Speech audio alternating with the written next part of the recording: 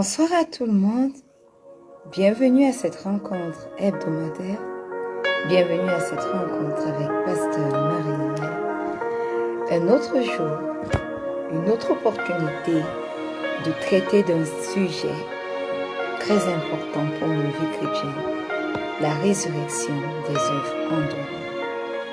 Ça fait exactement 3 semaines que nous sommes dans cette thématique-là. Et aujourd'hui, nous allons parler de collaborer avec Dieu. Amen. Bien-aimés, lors de notre précédent enseignement, nous avons découvert que Dieu est le Dieu de secondes chances. Dieu est le Dieu de secondes chances. Et nous avons vu qu'un ministère interrompu n'est pas forcément un ministère fermé, n'est pas forcément un ministère terminé.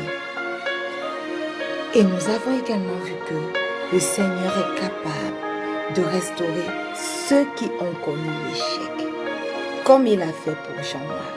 Nous nous sommes vraiment appuyés sur l'exemple de Jean-Marc durant tout cet enseignement-là.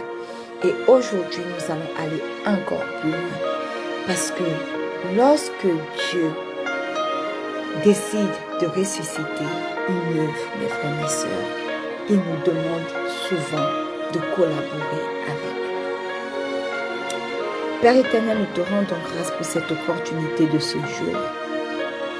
Nous te disons merci parce que tu es souverain et que toi-même tu as orchestré cette rencontre autour de ce terme.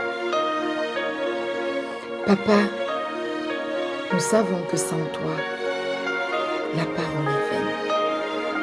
Voilà pourquoi ce soir, autour de cette rencontre, nous invoquons le Saint-Esprit. Merveilleux Saint-Esprit, excellent Saint-Esprit, magnifique Saint-Esprit, Esprit de Dieu, Esprit de Jésus, viens et prends le total contrôle de cette rencontre. Sature l'atmosphère spirituelle de ce lieu. Sature l'atmosphère spirituelle de cette rencontre. Toi-même remplis ma bouche de tes paroles, de tes bonnes paroles, pour impacter des vies ce soir.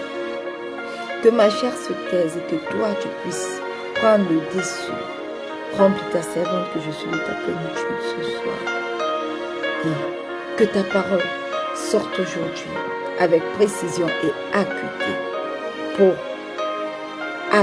guérir, pour corriger, pour instruire à quelqu'un connecté au nom puissant de Jésus. Alléluia. Amen.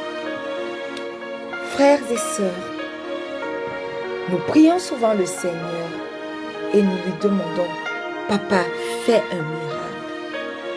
Mais ce soir, permettez-moi de vous poser une simple question. Et si le miracle attendait simplement votre obéissance? Beaucoup pensent que la foi consiste uniquement à attendre que Dieu agisse. D'autres également pensent que tout dépend de leurs propres efforts. Que tant que nous ne faisons pas d'efforts, les choses n'arrivent pas à leur accomplissement. Mais la Bible nous montre une troisième voie. Dieu fait ce que lui seul peut faire. Mais, il nous demande de faire ce que nous pouvons faire. Alléluia. Lorsque le Seigneur Jésus arrive devant le tombeau de Lazare, il possède toute la puissance nécessaire pour ressusciter un mort. Pourtant, avant de prononcer une seule parole de résurrection, il donne un ordre très simple. Laissez-moi vous lire Jean 11, 39. Jésus dit, ôtez la pierre. Marthe, la sœur du mort, lui dit, Seigneur, il sent déjà, car il y a 4 jours qu'il est là.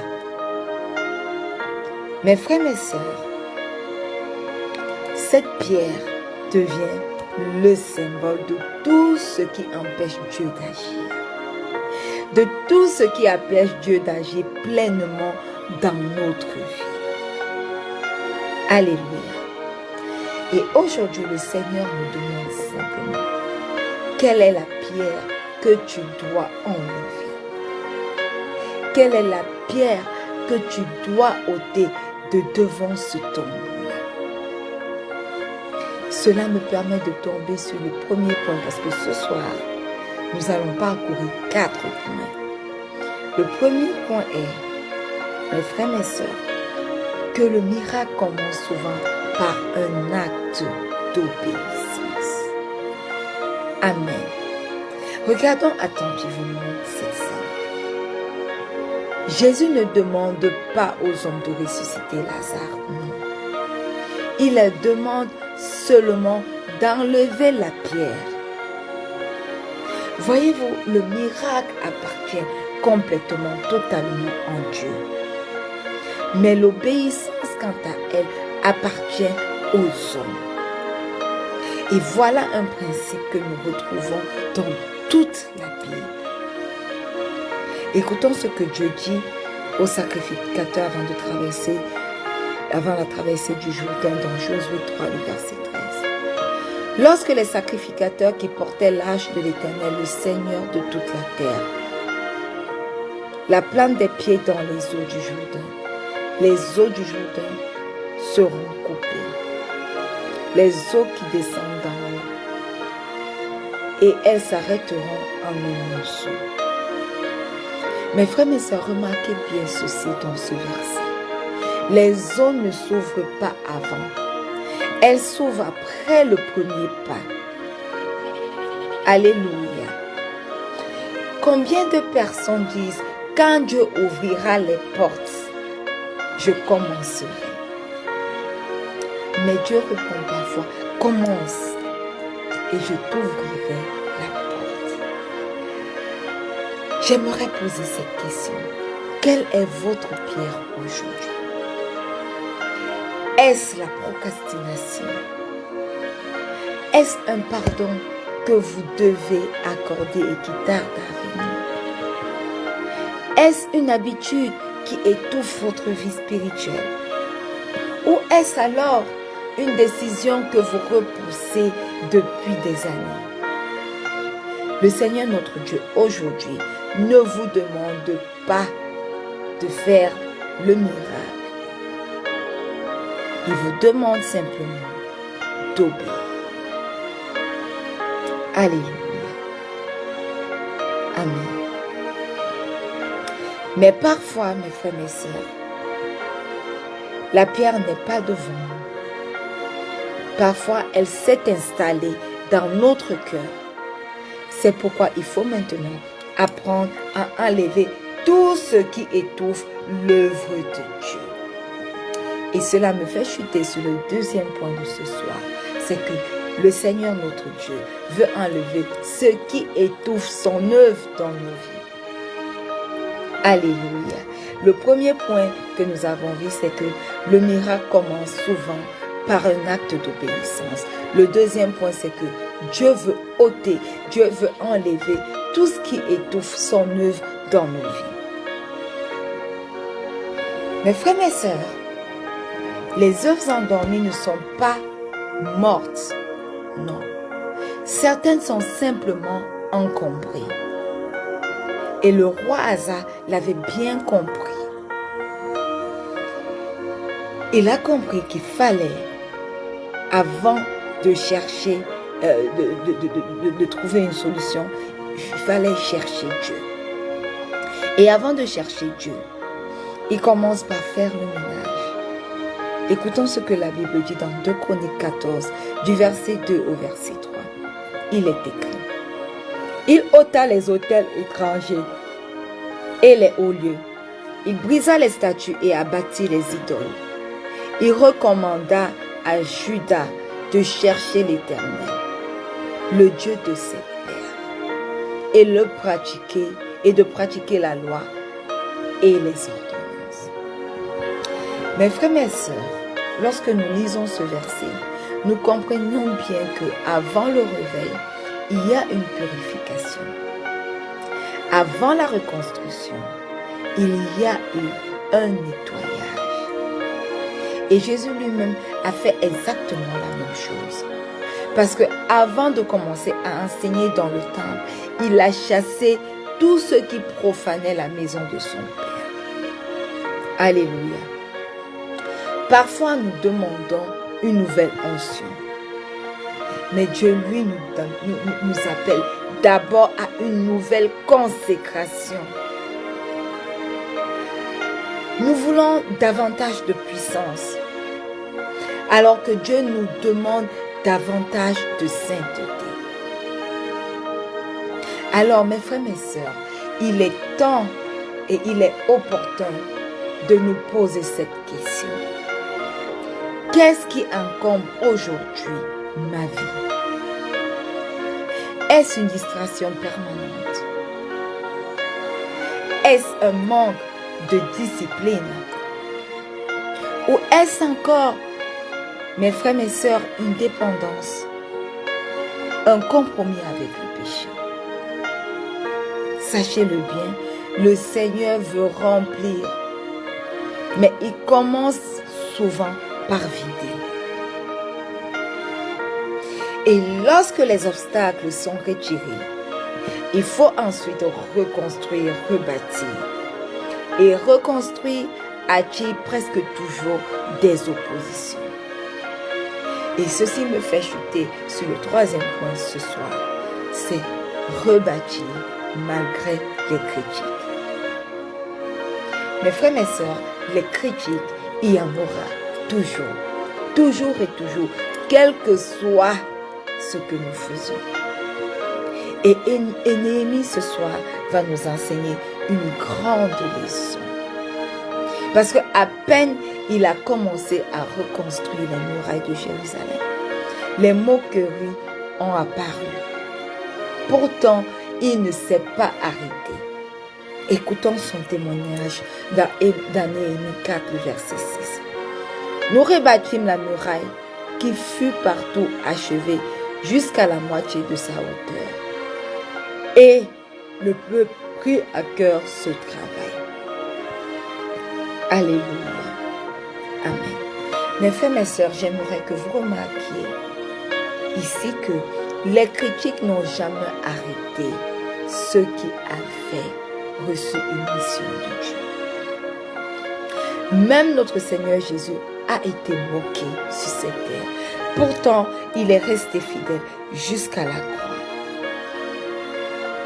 Et lorsque quelqu'un recommence à servir Dieu, il entend parfois, tu crois encore que la chose là va marcher, que cela va marcher. Après tout ce qui t'est arrivé, tu as déjà essayé. Voilà autant de choses que nous pouvons entendre.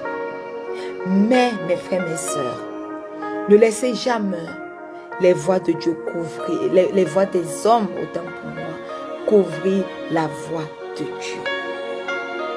Alléluia. Parce que si Dieu vous demande de reconstruire, il a déjà mis les ressources nécessaires pour la reconstruction entre vous. Et il sait que vous allez le faire. Alors si vous le demandez, continuez simplement. Même si certains rient, même si d'autres doutent. L'opposition n'est pas toujours le signe que tout est sûr, que tout ne marche pas. Non. L'opposition n'est pas également toujours le signe que vous êtes hors de la volonté de Dieu. L'opposition est parfois la preuve que vous êtes exactement là où le Seigneur, notre Dieu, vous attend, là où il vous veut. Mais encore, une reconstruction, mes frères et mes sœurs, ne commence pas par un grand espoir. Elle commence toujours par un petit pas. Et cela me fait chuter sur le quatrième et le dernier point de ce soir. C'est que le premier pas ouvre la porte au miracle. Alléluia. Mes frères, mes sœurs, nous rêvons souvent de grandes choses. Et Dieu regarde lui, le petit commencement. Écoutons sa parole dans Zacharie 4, le verset 10. Car ceux qui méprisaient le jour des faibles commencements se réjouiront en voyant le fil à plomb dans la main de Zorobabel. Alléluia. Mes frères, mes sœurs, le Seigneur notre Dieu ne méprise jamais les débuts modestes. Parce qu'il voit déjà la fin de ces débuts modestes-là. C'est la même chose lorsque un auteur veut écrire un livre. Il commence bien par une page. Lorsque une maison commence, on pose d'abord une première pierre et puis après on continue, on commence la fondation. Une guérison commence également par une décision, tout comme une restauration commence par une prière. Alors ma question pour vous ce soir est: quel est votre premier pas? Est-ce reprendre votre temps de prière? Est-ce ouvrir à nouveau votre Bible? Ou est-ce alors écrire ce projet ou servir de nouveau? Est-ce encore téléphoner à cette personne qui va apporter le déclic dans vos vies? Mes frères, mes sœurs, la résurrection commence souvent par une petite obéissance, un petit pas. Et aujourd'hui, nous avons découvert une vérité essentielle. Nous avons découvert que Dieu accomplit les miracles. Mais il cherche des hommes et des femmes prêts à collaborer avec lui. Lazare est ressuscité, c'est vrai, mais quelqu'un a dû enlever la pierre. Les sacrificateurs ont vu le Jourdain s'ouvrir, oui, mais ils ont d'abord posé leurs pieds dans l'eau.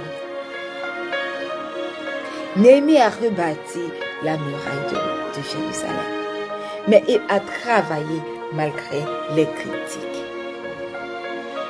Alors aujourd'hui, mes frères, mes sœurs, le Seigneur vous pose une question très simple. Quelle est la pierre que tu dois enlever? Ne remettez plus à demain, mes frères, mes sœurs, ce que Dieu vous demande aujourd'hui. Parce qu'une simple obéissance peut ouvrir la porte à une résurrection extraordinaire. Alors permettez-moi de vous lire Ésaïe 58, le verset 12 qui dit: les tiens rebâtiront sur d'anciennes ruines. Tu relèveras des fondements antiques.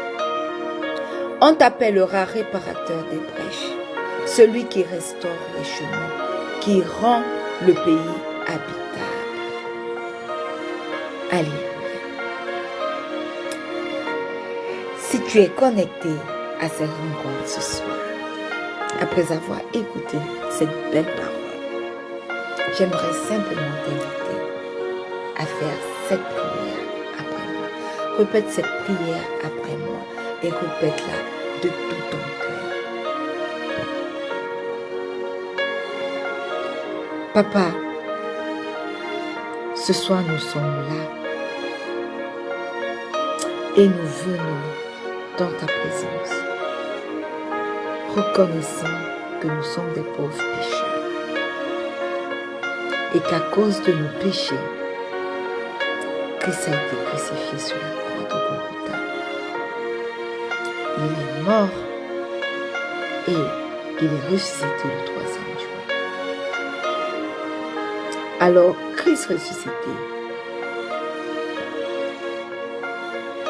ce soir, nous faisons de toi notre Seigneur et notre Sauveur personnel. Parce que nous reconnaissons que tu es mort, tu as été enseveli et que tu es ressuscité pour nos péchés. Alors, Christ ressuscité, je confesse ce soir que tu es mon Seigneur et mon Sauveur personnel. Viens établis-toi dans ton temple qui est mon corps du sommet de la tête jusqu'à la plante de mes pieds. Oui, établis-toi dans ton temps et que chaque jour qui passe, je puisse être progressivement transformé en ton image. Seigneur Jésus, écris mon nom dans le livre de vie, afin qu'un jour je puisse être au paradis.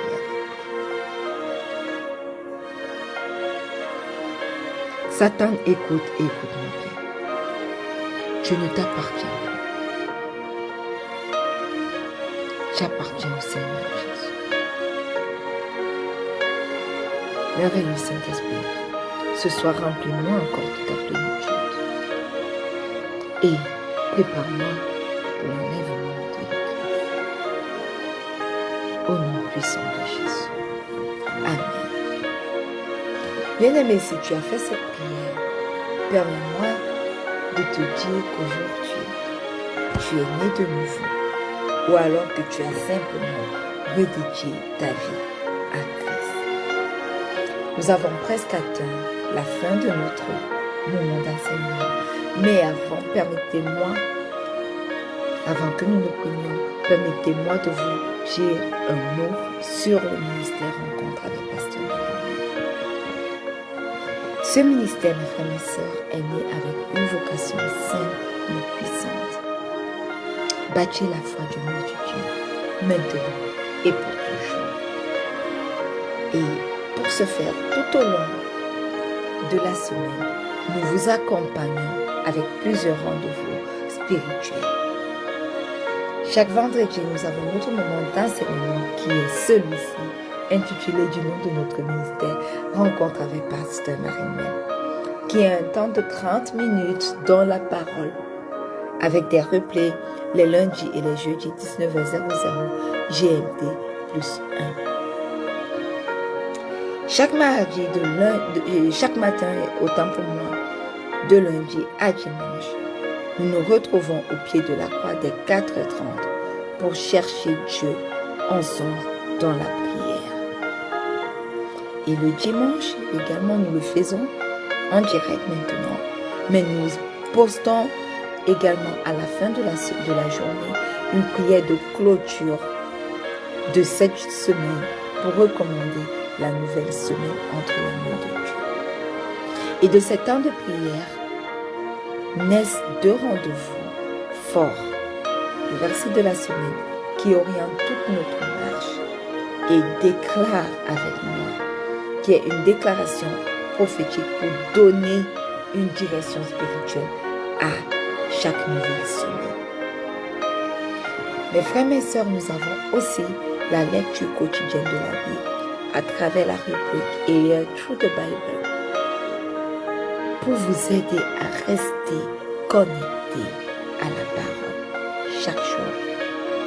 Et cette rubrique est disponible en version écrite et également en version audio, postée chaque jour sur notre page et notre groupe Facebook Rencontre avec Pasteur Marie.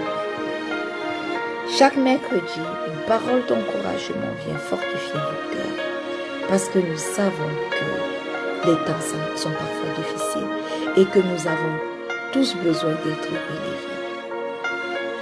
Nous proposons également la rubrique Rechercher la face de Dieu avec des enseignements sous forme de citations, d'articles et de courtes vidéos pour approfondir notre relation avec Dieu.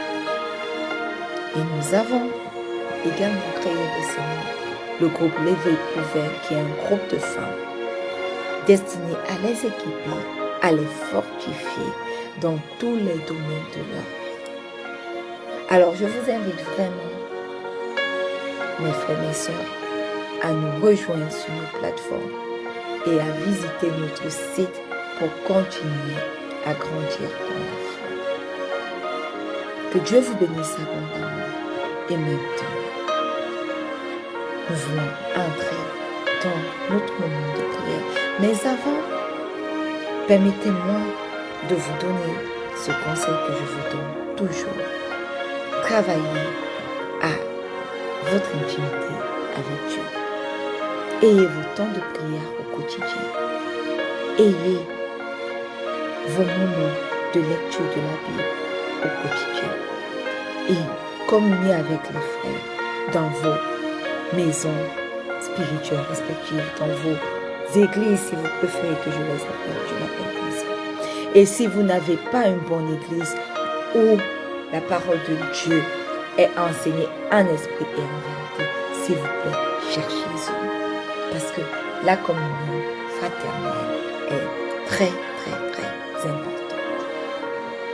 Maintenant, je vais vous inviter à étendre vos mains vers moi, tandis que j'étends les mains vers vous. Et nous allons prier. Père éternel, nous te rendons grâce pour ta parole ce soir.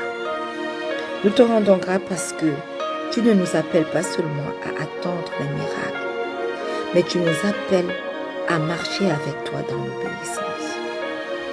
Aujourd'hui, Père éternel, donne-nous le courage d'ôter les pierres qui empêchent ton œuvre de se manifester dans nos vies. Aide-nous à renoncer à la passivité, à reconstruire malgré les oppositions et à accomplir fidèlement le premier pas que tu attends de nous. Que les œuvres endormies se réveillent, que les fondements soient rebâtis et que nos vies deviennent un témoignage vivant de ta puissance au nom puissant de Jésus. Selon ta parole dans Isaïe 58 au verset 12, les tiens rebâtiront sur d'anciennes ruines. Tu relèveras des fondements antiques. On t'appellera réparateur des brèches, celui qui restaure les chemins qui rend le pays habitable. Papa, nous déclarons que cette promesse s'accomplisse dans nos familles, nos ministères, nos projets et nos générations à venir au nom puissant de Jésus. Et je bénis chacun de vous avec cette parole de 1 Corinthiens 15, verset 58 qui dit « Ainsi mes frères bien-aimés, soyez fermes, inébranlables, travaillant de mieux en mieux à l'œuvre du Seigneur, sachant que votre travail ne sera pas vain dans le Seigneur. » Que le Seigneur vous affermisse. Que le Seigneur vous rende inébranlable dans votre foi. Qu'il renouvelle vos forces par son œuvre et fasse porter du fruit à chacun de vos obéissances au nom puissant de Jésus. Que tout ce que vous entreprenez selon sa volonté ne soit jamais vain, mais produise une moisson abondante pour sa gloire. Au nom puissant de Jésus-Christ. Et le peuple de Dieu dit un bon Amen. Alléluia. Bien-aimés, nous sommes arrivés au thème de cette rencontre hebdomadaire. Je suis vraiment heureuse de vous avoir eu avec nous ici. Merci à ceux qui ont commencé à connecter avec nous et qui sont là jusqu'à la fin.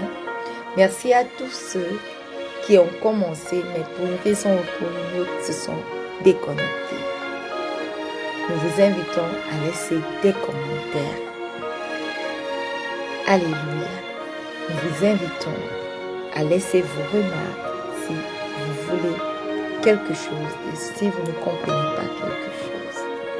Par la vertu du Saint-Esprit, nous allons vous répondre. Nous allons tenir compte de vos suggestions et autres.